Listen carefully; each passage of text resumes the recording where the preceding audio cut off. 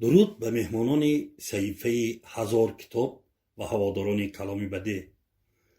و شما استراحت خوب و باریده آرزومندیم. با صحبتمان از کتاب و احترام کتاب آرزومند آن هستیم که دویما با کتاب همنشین و با کتاب هم صحبت باشید. کتاب نوبتی که در صحیفه هزار کتاب درباره آن معلومات می‌دهیم، این کتاب ثنای مهر گلرخسار میباشد. کتاب نامبرده از طریق مؤسسه نشریه‌ای معارف سال 2019 نشر شده است. کتاب از 240 صحیفه یعنی 15 جزء چاپی عبارت است. صحیفه های درونی کتاب یک رنگه بوده، مقواش رنگه میباشد. کتاب با صفت اعلی در مطبع جمعیت سهامی پوشیده گنج نشریات با تعداد 10,000 نسخه چاپ شده است. ثنای مهر کتاب 24 در سلسله کتاب‌های 30 سالگی استقلالیت است. در این کتاب منتخب از اشعار و داستان‌های شاعر خلقی تاجیکستان گلرخسار صفی درج و به خوانندگان پیشکش گردیده است. این آثار منظوم حاصل فعالیت ایجادی این شاعر محبوب و معروف تاجیک از آغاز فعالیت ایجادی تا امروز هاست که سرشار از معانی، روحیات و احساسات وطن دوستانه میباشند. بسیاری از این اشعار متن سرودهای مشهور تاجیکی را نیز تشکیل داده است.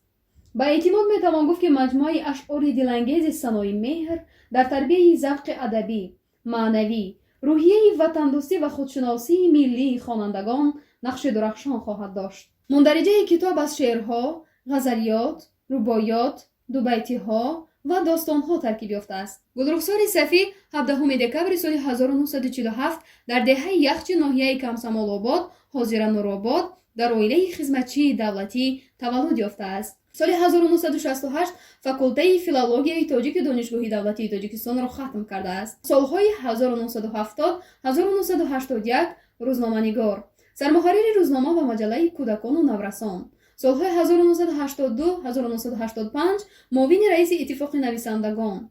سالهای 1987 1993 رئیس بنیاد فرهنگ تاجیکستان. سالهای 1989 1991 عضو پارلمان شوروی. سالهای 1990 1992 سرمحرر مجله فرهنگ بود. عضو اتفاق نویسندگان تاجیکستان از سال 1971. برنده جایزه دولتی با نام ابو عبدالله رودکی، شاعر خلقی تاجیکستان. این نوبت شعری را از مجموعه ثنای مهر پیشکش شما می‌گردانیم. وطنم تاجیکستان، سر هر سنگ تو بر من وطن است، بری هر بوته خار تو برایم چمن است. ذره نیکم اگر درس تو از بر کردم، ذره خوبم اگر حسن تو میراث من است. کوهساران تو از نقره و طلاست بلند، تو بلندی ز بلندی وفای پسران. سر هر صخره یک کلبه سنگی است بجای، همراه مهر تو عالم همه گنجد در آن. وطنم ای وطنی میده مردان کلان. این کتاب برای آنهایی که میخواهند به ایجادیات گلرخسار شناسایی پیدا کنند دستور خوب است. کتاب را از مغازه های کتاب میتوانید دسترس نمایید. چون نشر ما بر روز مولد بانو گلرخسار راست آمد، ما از نام اهل ایجادی نشریات آن کس را تبریک نموده آرزو داریم که همیشه تنصیحت و سربلند باشند. این بود معلومات مختصر درباره کتاب ثنای مهر گلرخسار. نوابسته از تضادهای زندگی با شما تنها کتاب همنشین و همصحبت است. زیرا یگانه دوستی که شما را فریب نمیدهد و بی آزار است این کتاب میباشد. کتاب خوانید و با ما باشید. پخش نمودن تگمچه قید را فراموش نکنید.